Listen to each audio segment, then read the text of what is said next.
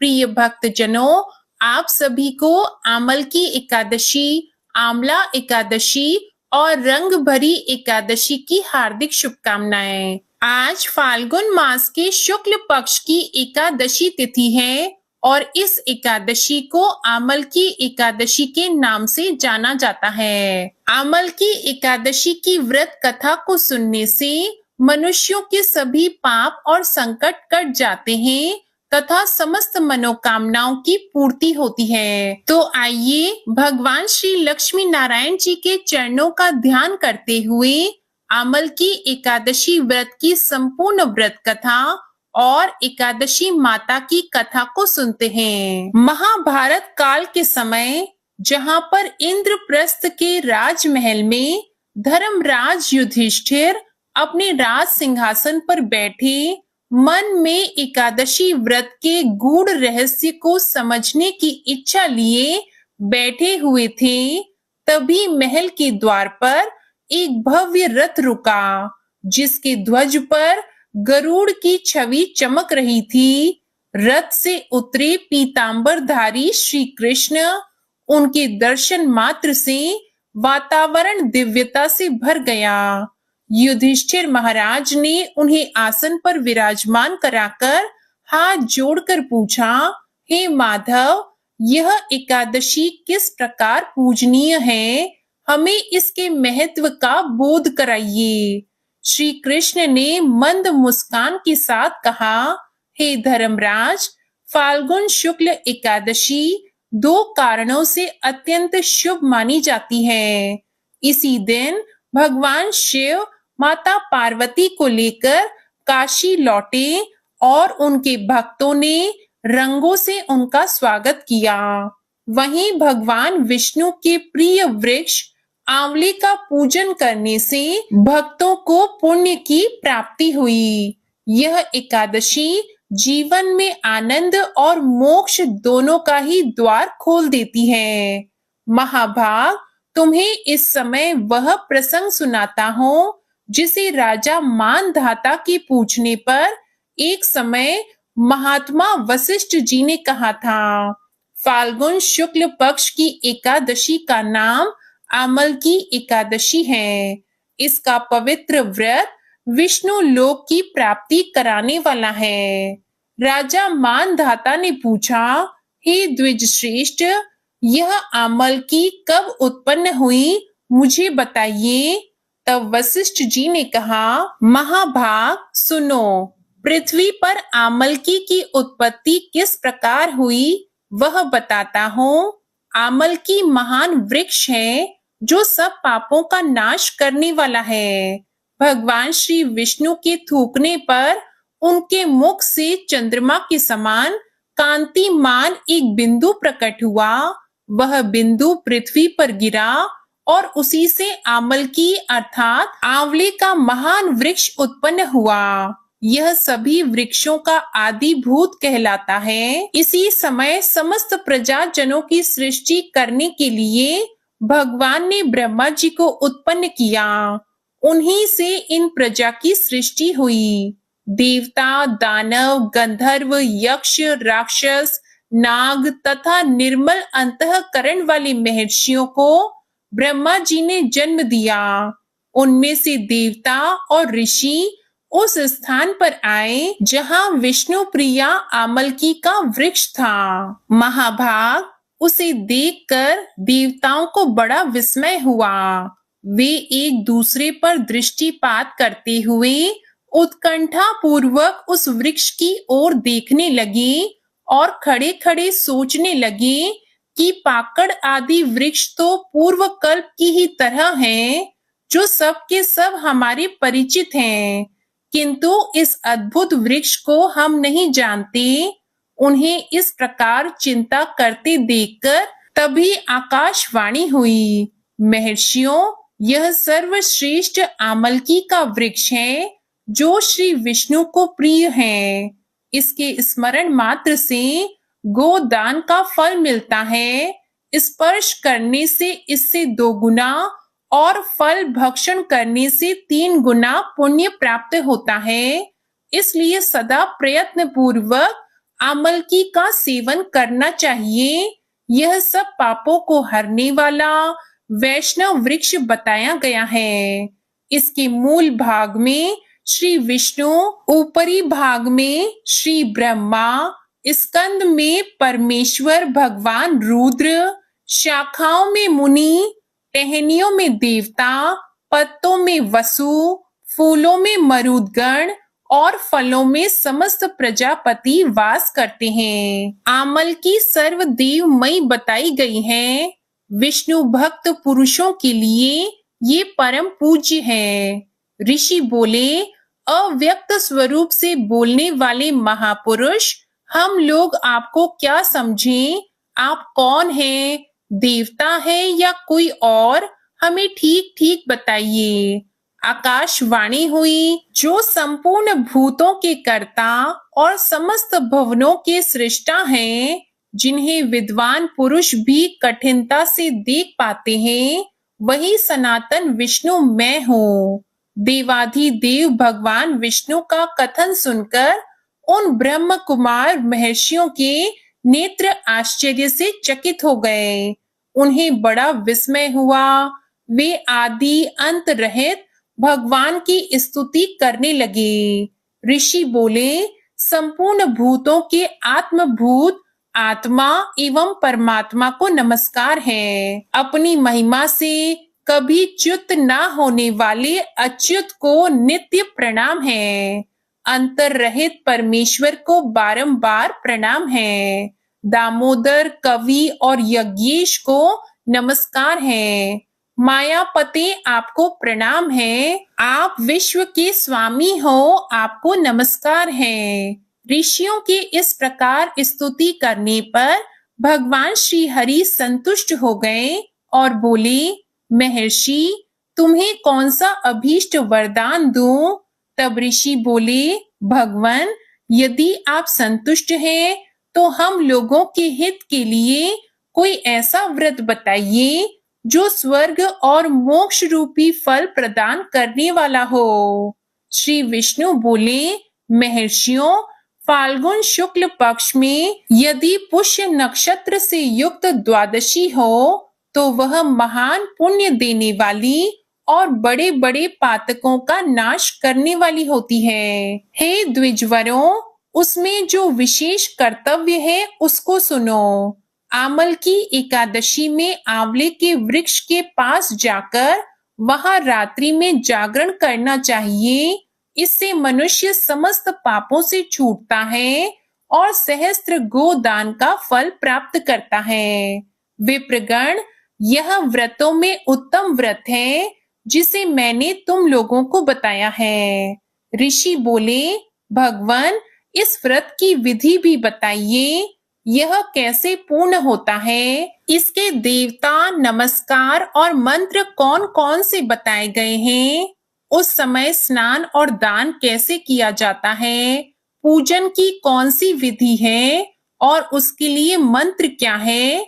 इन सब बातों का यथार्थ रूप से कृपया वर्णन कीजिए। भगवान श्री विष्णु ने कहा, द्विजवरों, इस व्रत की जो उत्तम विधि है, अब उसका श्रवण करो। एकादशी को प्रातः काल दंत धावन करके यह संकल्प करें कि हे पुंडरीकाक्ष, हे अच्युत, मैं एकादशी को निराहार रहकर दूसरे दिन भोजन करूंगा। आप मुझे शरण में रखें। ऐसा नियम लेने के बाद पतित, चोर, पाखंडी, दुराचारी, मर्यादा भंग करने वाले और गुरु पत्नी गामी मनुष्य से वार्तालाप ना करें। अपने मन को वश में रखते हुए नदी में, पोखरे में, कुएं पर या फिर घर में ही स्नान करें। स्नान करने से पहले शरीर में मिट्टी लगाएं और इस प्रकार कहें, हे वसुंधरे, तुम्हारे ऊपर अश्व और रथ चला करते हैं तथा वामन अवतार के समय भगवान विष्णु ने भी तुम्हें अपने पैरों से नापा था। मृत्तिके, मैंने करोड़ों जन्मों में जो पाप किए हैं, मेरे उन सभी पापों को हर लो। फिर स्नान करते हुए इस प्रकार कहें, जल की अधिष्ठात्री देवी, हे माता, तुम संपूर्ण भूतों के लिए जीवन हो। वही जीवन जो स्वेदज और उद्भिज जाति के जीवों का भी रक्षक है। आप रसों की स्वामिनी हो, आपको नमस्कार है। आज मैं संपूर्ण तीर्थों, कुंडों, झरनों, नदियों और देव संबंधी सरोवर में स्नान कर चुका हूँ। मेरा यह स्नान उक्त सभी स्नान का फल देने वाला हो। विद्वान पुरुष को चाहिए कि वह परशुराम जी की सोने की प्रतिमा बनाए। प्रतिमा अपनी शक्ति और धन के अनुसार 1 या आधे मासे स्वर्ण की होनी चाहिए। स्नान के बाद घर आकर पूजा और हवन करें। इसके बाद सब प्रकार की सामग्री लेकर आंवले के वृक्ष के पास जाएं। वहां वृक्ष के चारों ओर की जमीन झाड़ बुहार लीप पोत कर शुद्ध कर लें। शुद्ध की हुई भूमि में मंत्र पाठ पूर्वक जल से भरे हुए नवीन कलश की स्थापना करें। कलश में पंच रत्न और दिव्य गंध आदि छोड़ दें। श्वेत चंदन से उसको चर्चित करें। कंठ में फूल की माला पहनाएं। सब प्रकार के धूप की सुगंध फैलाएं। जलते हुए दीपकों की श्रेणी सजाकर रखें। तात्पर्य यह है कि सब ओर से सुंदर और मनोहर दृश्य उपस्थित करें। पूजा के लिए नवीन छाता, जूता और वस्त्र भी मंगाकर रखें। कलश के ऊपर एक पात्र रखकर उसे दिव्य लाजों अर्थात खीलों आदि से भर दें। फिर उसके ऊपर स्वर्णिम परशुराम जी की स्थापना करें। पूजा के मंत्रों का जाप करें। इसके बाद भक्ति युक्त चित्त से शुद्ध फल के द्वारा देवाधिदेव परशुराम जी को अर्घ प्रदान करें। अर्घ देते समय इस प्रकार कहें, हे देवेश्वर जमदग्नि नंदन श्री विष्णु स्वरूप परशुराम जी, आपको नमस्कार है। आंवले के फल के साथ दिया हुआ मेरा यह अर्घ कृपया ग्रहण कीजिए। इसके बाद भक्ति युक्त चित्त से जागरण करें। नृत्य, संगीत, वाद्य, धार्मिक उपाख्यान या फिर श्री विष्णु संबंधी कथा वार्ता आदि के द्वारा वह रात्रि व्यतीत करें। उसके बाद भगवान विष्णु के नाम से लेकर आमल की वृक्ष की परिक्रमा 108 या 28 बार करें। फिर सवेरा होने पर श्री हरि की आरती करें। ब्राह्मण की पूजा करके वहां की सब सामग्री उसे निवेदन कर दें। परशुराम जी का कलश, 2 वस्त्र, जूता आदि सभी वस्तुएं दान कर दें और यह भावना करें कि परशुराम जी के स्वरूप में भगवान श्री विष्णु मुझ पर प्रसन्न हो। इसके बाद आमलकी का स्पर्श करके उसकी प्रदक्षिणा अर्थात परिक्रमा करें और स्नान करने के बाद विधि पूर्वक ब्राह्मणों को भोजन कराएं। इसके बाद कुटुंबियों के साथ बैठकर स्वयं भी भोजन करें। ऐसा करने से जो पुण्य होता है वह सब भी बतलाता हूँ, सुनो। संपूर्ण तीर्थों के सेवन से जो पुण्य होता है और सब प्रकार के दान देने से जो फल मिलता है वह सब उपयुक्त विधि के पालन से सुलभ हो जाता है। समस्त यज्ञों की अपेक्षा भी अधिक फल मिलता है, इसमें तनिक भी संदेह नहीं। यह व्रत सभी व्रतों में उत्तम है, जिसका मैंने तुमसे पूरा पूरा वर्णन किया है। वशिष्ठ जी कहते हैं, महाराज, इतना कहकर देवेश्वर भगवान विष्णु वहीं अंतर ध्यान हो गए। इसके बाद उन समस्त महर्षियों ने उक्त व्रत का पूर्ण रूप से पालन किया। हे राजन, इस प्रकार तुम्हें भी इस व्रत का अनुष्ठान करना चाहिए। भगवान श्री कृष्ण कहते हैं, हे युधिष्ठिर, यह व्रत मनुष्यों को सभी पापों से मुक्त करने वाला है। अब मैं तुम्हें आमल की एकादशी से जुड़ा हुआ एक प्रसंग भी सुनाता हूँ। ध्यान पूर्वक सुनो, जिसे एक समय राजा मानधाता के पूछने पर महर्षि वशिष्ठ ने कहा था। प्राचीन समय में वैदिक नाम का एक नगर था। उस नगर में ब्राह्मण, वैश्य, क्षत्रिय, शूद्र चारों वर्ण के मनुष्य प्रसन्नता पूर्वक निवास करते थे। नगर में सदैव वेद ध्वनि गूंजा करती थी। उस नगरी में कोई भी पापी, दुराचारी और नास्तिक नहीं था। उस नगर में चित्ररथ नामक चंद्रवंशी राजा राज्य करता था। वह उच्च कोटि का विद्वान और धार्मिक प्रवृत्ति का व्यक्ति था। उसके राज्य में कोई भी निर्धन एवं लोभी नहीं था। उस राज्य के सभी लोग भगवान विष्णु के अनन्य भक्त थे। वहाँ के छोटे बड़े सभी निवासी प्रत्येक एकादशी का उपवास करते थे। एक बार फाल्गुन मास के शुक्ल पक्ष की आमलकी नामक एकादशी आई। उस दिन राजा और प्रत्येक प्रजाजन, वृद्ध से बालक तक ने आनंद पूर्वक उस एकादशी का उपवास किया। राजा अपनी प्रजा के साथ मंदिर में आकर कलश स्थापित करके धूप, दीप, नैवेद्य, पंचरत्न, छत्र आदि से धात्री का पूजन करने लगे। वे सभी धात्री की इस प्रकार स्तुति करने लगे, हे धात्री, आप ब्रह्म स्वरूप हैं। आप ब्रह्मा जी द्वारा उत्पन्न हो तथा सभी पापों को नष्ट करने वाली हैं। आपको नमस्कार है। आप मेरा अर्घ स्वीकार करो। आप श्री रामचंद्र जी के द्वारा सम्मानित हैं। मैं आपसे प्रार्थना करता हूँ, मेरे सभी पापों का हरण करो। उस मंदिर में रात को सभी ने जागरण किया। रात के समय उस स्थान पर एक बहेलिया आया। वह महापापी तथा दुराचारी था। अपने कुटुंब का पालन वह जीव हिंसा करके करता था। वह भूख प्यास से अत्यंत व्याकुल था। कुछ भोजन पाने की इच्छा से वह मंदिर के एक कोने में बैठ गया। उस स्थान पर बैठकर वह भगवान विष्णु की कथा तथा एकादशी महात्म्य सुनने लगा। इस प्रकार उस बहेलिये ने संपूर्ण रात्रि अन्य लोगों के साथ जागरण करके व्यतीत की। प्रातःकाल सभी लोग अपने अपने निवास पर चले गए।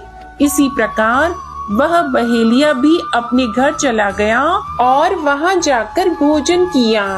कुछ समय के बाद उस बहेलिये की मृत्यु हो गई। जीव हिंसा करने के कारण वह घोर नरक का भागी हो गया। परंतु उस दिन आमलकी एकादशी का व्रत और जागरण के प्रभाव से उसने राजा विदुरथ के यहाँ जन्म लिया। उसका नाम वसुरथ रखा गया। बड़ा होने पर वह चतुरंगिणी सेना सहित तथा धन धान्य से युक्त होकर 10 सहस्त्र गांव का संचालन करने लगा। वह तेज में सूर्य के समान, कांति में चंद्रमा के समान, वीरता में भगवान विष्णु के समान तथा क्षमा में पृथ्वी के समान था। वह अत्यंत धार्मिक, सत्यवादी, कर्मवीर और विष्णु भक्त था। वह प्रजा का समान भाव से पालन करता था। दान देना उसका नित्य कर्म था। एक समय राजा वसुरथ शिकार खेलने के लिए गया। देव योग से वन में वह रास्ता भटक गया और दिशा का ज्ञान न होने के कारण उसी वन में एक वृक्ष के नीचे सो गया। कुछ समय बाद पहाड़ी डाकू वहां आए और राजा को अकेला देखकर मारो मारो चिल्लाते हुए राजा वसुरथ की ओर दौड़े। वह डाकू कहने लगे, इस दुष्ट राजा ने हमारे माता पिता, पुत्र पौत्र आदि समस्त संबंधियों को मारा है तथा देश से निकाल दिया। अब हमें इसे मारकर अपने अपमान का बदला लेना चाहिए। इतना कहकर वे डाकू राजा को मारने लगे और उस पर अस्त्र शस्त्र का प्रहार करने लगे। डाकुओं के वह अस्त्र शस्त्र राजा के शरीर से स्पर्श होते ही नष्ट होने लगे तथा राजा को वह शस्त्र पुष्पों के समान प्रतीत होने लगे। कुछ समय बाद प्रभु इच्छा से उन डाकुओं के अस्त्र शस्त्र उन्हीं पर प्रहार करने लगे, जिससे वे सभी डाकू मूर्छित हो गए। उसी समय राजा के शरीर से एक दिव्य देवी प्रकट हुई। वह देवी अत्यंत सुंदर थी तथा सुंदर वस्त्रों तथा आभूषणों से अलंकृत थी। उसकी भ्रिकुटी टेढ़ी थी। उसके नेत्रों से क्रोध की भीषण लपटें निकल रही थीं। उस समय वे लपटें काल के समान प्रतीत हो रही थीं। उसने देखते ही देखते उन सभी डाकुओं का समूल नाश कर दिया। नींद से उठने पर राजा ने वहां अनेक डाकुओं को मृत पड़ा देखा। वह सोचने लगा कि इन्हें किसने मारा है। इस वन में कौन मेरा हितैषी रहता है। राजा वसुरथ ऐसा विचार कर ही रहा था कि उसी समय आकाशवाणी हुई, हे राजन, इस संसार में भगवान विष्णु के अलावा तेरी रक्षा कौन कर सकता है। इस आकाशवाणी को सुनकर राजा ने भगवान विष्णु को स्मरण करके उन्हें प्रणाम किया। इसके बाद अपने नगर को वापस आ गया और सुख पूर्वक राज्य करने लगा। भगवान श्री कृष्ण कहते हैं, हे राजन, यह आमल की एकादशी के व्रत का प्रभाव था। जो मनुष्य इस आमल की एकादशी का व्रत सच्चे मन और श्रद्धा से निष्ठा के साथ करता है, वह प्रत्येक कार्य में सफल होकर अंत में बैकुंठ लोक को जाता है। जब श्री कृष्ण ने यह कथा पूर्ण की, तब सभा में एक दिव्य प्रकाश फैल गया। सभी देवताओं ने पुष्प वर्षा कर इस पावन व्रत की महिमा गाई। युधिष्ठिर महाराज ने भी श्रद्धा पूर्वक कहा, हे माधव, आपने इस व्रत का जो रहस्य हमें बतलाया वह समस्त लोगों के लिए कल्याणकारी है। मैं इसे अवश्य करूंगा और प्रजा को भी इस व्रत का पालन करने के लिए प्रेरित करूंगा। तब श्री कृष्ण बोले, हे राजन, जो भी इस व्रत को करेगा वह शिव और विष्णु दोनों की कृपा प्राप्त करेगा। जीवन में कोई भी बाधा उसे विचलित नहीं कर सकेगी और अंततः वह परम गति को प्राप्त होगा। इस प्रकार इस कथा को सुनने मात्र से ही अनंत पुण्य की प्राप्ति होती है और भक्तों के जीवन में सुख समृद्धि बनी रहती है। प्रेम से बोलिए भगवान श्री लक्ष्मी नारायण जी की जय। अब आप सुनिए एकादशी माता की कथा। एक बार एक राज्य में एक राजा रहा करता था। राजा बहुत ही बुद्धिमान और बलशाली था। राजा सदा ही अपनी प्रजा का बहुत अच्छे से ध्यान रखता था। प्रजा भी राजा को बहुत पसंद करती थी। राजा की 2 बेटियां थी। राजा अपनी दोनों बेटियों से बहुत प्रेम करता था। राजा की छोटी बेटी देखने में बहुत सुंदर और आकर्षित थी और राजा की बड़ी बेटी छोटी बेटी के मुकाबले थोड़ी कम सुंदर थी। राजा की छोटी बेटी माता की पूजा किया करती थी और सभी लोग राजा की छोटी बेटी से बहुत प्रेम करते थे और बहुत प्रशंसा किया करते थे। राजा भी अपनी छोटी बेटी को बड़ी बेटी से अधिक प्रेम करता था, जिसके कारण राजा की बड़ी बेटी को अपनी छोटी बहन से बहुत नफरत होने लगी थी। राजा की दोनों बेटियां जब बड़ी हो गई, तब एक पड़ोस के राज्य में रहने वाले राजकुमार राजा की बड़ी बेटी के लिए रिश्ता लेकर आया।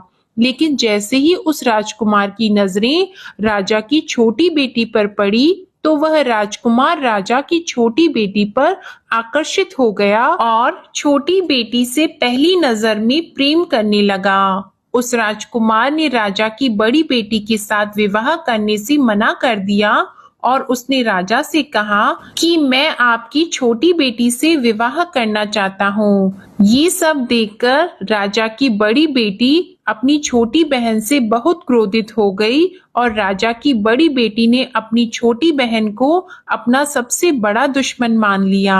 राजा की बड़ी बेटी ने अपनी छोटी बहन से बदला लेने का निर्णय किया। राजा की बड़ी बेटी ने अपनी छोटी बहन को जान से मारने का उपाय सोचा।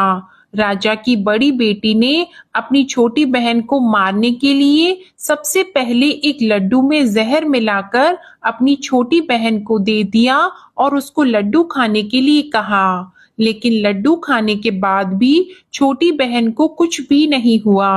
बड़ी बहन ये देखकर बहुत आश्चर्यचकित हो गई, लेकिन बड़ी बहन ने हार नहीं मानी। जब उसकी छोटी बहन रात में कमरे में सो रही थी, तब उसने एक मटके में सांप रखकर उसके कमरे में छोड़ दिया, लेकिन सांप भी छोटी बहन का कुछ नहीं कर पाया। जिसके बाद बड़ी बहन ने अपनी छोटी बहन से कहा कि चलो हम लोग कुएं में से पानी भर कर लाते हैं, जिसके लिए वह अपनी छोटी बहन को पानी भरने के बहाने कुएं के पास ले गई और उसने अपनी छोटी बहन को कुएं में धक्का दे दिया। लेकिन छोटी बहन को तब भी कुछ नहीं हुआ, क्योंकि हर बार ग्यारस माता उसकी रक्षा कर रही थी और उधर बड़ी बहन अपने सारे प्रयास के बाद भी असफल हो रही थी, जिससे वह बहुत क्रोधित हो गई और फिर उसने अपनी छोटी बहन के पास जाकर उससे प्रश्न किया कि मेरी छोटी बहन, क्या तुमको पता है कि भगवान ने सबको मृत्यु एक निश्चित समय पर लिखी हुई है और कैसे तुम्हारी या मेरी मृत्यु होगी, क्या ये तुम जानती हो? तब छोटी बहन ने अपनी बड़ी बहन को बताया कि हाँ दीदी, मैं तो जानती हूँ मेरी मृत्यु कैसे होगी। छोटी बहन से ये सब बातें सुनकर बड़ी बहन मन ही मन बहुत प्रसन्न होने लगी और उसने अपनी छोटी बहन से कहा कि तो तुम मुझे अपनी मृत्यु का राज बताओ। तब छोटी बहन ने अपनी बड़ी बहन से कहा कि मेरी मृत्यु तो एक तोते में है, जो तोते के गले में एक हार है, उससे मेरी मृत्यु होगी। जब तक कोई भी व्यक्ति तोते को मारकर उस हार को अपने गले में पहनेगा, तो मैं मूर्छित हो जाऊंगी और जैसे ही उस हार को अपने गले से उतारेगा, तो मैं वापस से जीवित हो जाऊंगी। अपनी छोटी बहन की मृत्यु का राज जानकर बड़ी बहन बहुत खुश हुई और उसने अपनी छोटी बहन को मारने के लिए उसके पालतू तोते को ढूंढना शुरू कर दिया।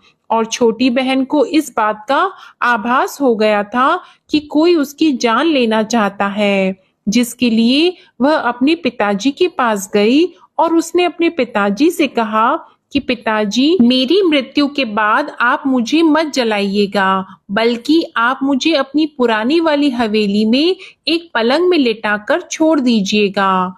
अपनी छोटी लड़की की ये बातें सुनकर राजा बहुत आश्चर्यचकित हो गया। राजा ने अपनी छोटी बेटी से पूछा कि बेटी, तुम ये क्या कह रही हो? तब राजा की छोटी बेटी ने बताया कि पिताजी, समय किसी के लिए नहीं रुकता है, क्या कब किसको हो जाए इसका किसी को कुछ नहीं पता। फिर राजा ने अपनी छोटी बेटी से कहा कि तुम ऐसी बातें क्यों करती हो? 2-3 दिन के बाद तो तुम्हारा विवाह है। लेकिन छोटी बेटी ने अपने पिताजी को ऐसा करने पर मजबूर कर दिया और उनसे वचन ले लिया। राजा ने भी अपनी छोटी बेटी की बात स्वीकार कर ली और 2-3 दिनों के बाद जब शादी का समय आया, तब राजकुमार बारात लेकर राजा के घर आया और राजकुमार और राजा की छोटी बेटी का विवाह शुरू हो गया। जैसे ही राजा की छोटी बेटी राजकुमार के साथ फेरे लेना शुरू हुई, तो उसकी बड़ी बहन अपनी छोटी बहन के कमरे में जाकर उसके तोते को पकड़ लेती है और उसको जान से मार देती है। तोते के गले में जो हार था, उसको अपने गले में धारण कर लेती है और जैसे ही बड़ी बहन उस हार को अपने गले में धारण करती है, तो उधर छोटी बहन 3.5 ही फेरे ले पाती है और वहीं पर बेहोश होकर गिर जाती है। जिसके बाद राजा ने बड़े बड़े दर्द हकीमों को बुलाया और अपनी छोटी बेटी का इलाज करने के लिए कहा। राजा की बात सुनकर जब वैद्य ने छोटी बेटी को देखा, तो राजा को बताया कि आपकी छोटी बेटी ना तो जीवित है और ना मरी हुई है। ऐसा मैं पहली बार देख रहा हूँ। राजा ने वैद्य और हकीम को ये बात बाहर बताने से मना कर दिया और उनको कहा कि अगर तुमने ये बात किसी को बाहर बताई तो हम तुमको फांसी दे देंगे। राजा ने अपनी छोटी बेटी को पुराने महल में जाकर एक पलंग में लेटा दिया और वहां पर कुछ सैनिकों को तैनात कर दिया। इसके बाद राजा वापस अपने महल पर आ गया। राजा की बड़ी बेटी अपने पिताजी के पास आई और कहने लगी कि पिताजी, अगर ये शादी संपन्न नहीं हुई तो आपकी इज्जत का क्या होगा? आप कहें तो मैं आपकी इज्जत बचाने के लिए राजकुमार से शादी करने के लिए तैयार हूँ। जिसके बाद राजा ने अपनी बड़ी बेटी की बात मान ली और राजा ने बड़ी बेटी को छोटी बेटी के कपड़े पहनाकर मंडप में भेज दिया। लेकिन राजकुमार ये जान गया कि ये राजा की छोटी बेटी नहीं है, बल्कि ये राजा की बड़ी बेटी है। लेकिन जब राजकुमार ने शादी करने से मना किया तो सभी लोगों ने राजकुमार को बेबस करके राजा की बड़ी बेटी से बचे हुए फेरों को संपन्न करा दिया और विवाह संपन्न हुआ। जिसके बाद राजकुमार राजा की बड़ी बेटी को अपने महल में ले गया। विवाह होने के बाद राजकुमार उससे ना तो बात करता था, ना उसे पसंद करता था और ना ही उसके आसपास भटकता था। और राजकुमार ने ये फैसला लिया था कि वह अपनी प्रेमिका को ढूंढ कर रहेगा और ये जानकर रहेगा कि उसके साथ क्या हुआ है। एक दिन राजकुमार अपने घोड़े पर सवार होकर राजा के पुराने महल के पास पहुंचा, जहां पर उसने कुछ सैनिकों को देखा। महल के पास पहुंचकर राजकुमार ने जब महल को ध्यान से देखा तो वह समझ गया कि ये तो हमारे ससुर जी का महल है। तब राजकुमार ने सैनिकों से पूछा कि तुम लोग यहाँ क्या कर रहे हो और इस महल के अंदर उस पलंग में कौन लेटा है? जिसके बाद सैनिकों ने बताया कि यहाँ पर राजा की छोटी बेटी लेटी है। ये सुनकर राजकुमार बहुत प्रसन्न हो गया और वह तुरंत अपनी प्रेमिका के पास पहुंच गया और उसकी सेवा करने लगा। जैसे ही रात हुई तो राजा की छोटी बेटी उठकर खड़ी हो गई। राजकुमार ये देखकर बहुत खुश हो गया और उसने अपनी प्रेमिका से पूछा कि तुम यहाँ क्या कर रही हो? तुम मेरे साथ मेरे घर चलो। राजा की छोटी बेटी ने राजकुमार को सारी बातें बता दी कि मेरी जान एक तोते में बसती थी और मैंने ये बात सिर्फ अपनी बड़ी बहन को बताई थी और मुझे पता है कि उसने ही मुझे मारने का प्रयास किया है। उसके पास एक हार है जिसको वह सुबह पहन लेती है और रात को उतार देती है। जब तक वो हार को पहन कर रखती है तब तक मैं मूर्छित रहती हूँ और जैसे ही वो हार को उतार देती है तो मैं जीवित हो जाती हूँ और जब तक मेरी बड़ी बहन के पास वो हार रहेगा तब तक मैं ऐसे ही जीवित और मूर्छित होती रहूंगी। अगर मेरी बड़ी बहन के पास जो हार है वो मेरे हाथ लग जाए तो मैं हमेशा के लिए जीवित हो जाऊंगी। राजकुमार ये सब बातें सुनकर राजा की छोटी बेटी के पास रहने का निर्णय ले लेता है और उसने अपने बचे हुए सारे फेरे उस पलंग में लेटी हुई राजकुमार की छोटी बेटी के साथ ले लिए और अपना विवाह पूर्ण कर लिया और वहीं पर वो रहने लगा। देखते ही देखते कुछ समय में राजा की छोटी बेटी और राजकुमार की पत्नी गर्भवती हो गई। एक दिन राजकुमार को किसी काम से बाहर जाना पड़ा। तब छोटी बहन के पेट में बहुत तेज से दर्द होने लगा, जिसके बाद उसने माता का आह्वान किया। जिसके बाद वहां माता प्रकट हुई और उन्होंने अपने भक्तों के दर्द को दूर किया और एक पुत्र की प्राप्ति करवाई। और वहीं पर अचानक से राजकुमार भी आ गया। राजकुमार ने ग्यारस माता को देखा तो वह आश्चर्यचकित हो गया और उसने तुरंत ग्यारस माता को प्रणाम किया और ग्यारस माता ने राजकुमार से कहा, जब तुम्हारा पुत्र 5 वर्ष का हो जाए तो तुम आकर अपनी पत्नी का हार इसके गले में डाल देना। और देखते ही देखते राजकुमार और राजा की छोटी बेटी का पुत्र 5 वर्ष का हो जाता है। तो राजकुमार अपने बेटे से कहता है कि बेटा मैं कुछ काम से बाहर जा रहा हूँ, तुम अपनी माता का ध्यान रखना, और वहां से चला जाता है।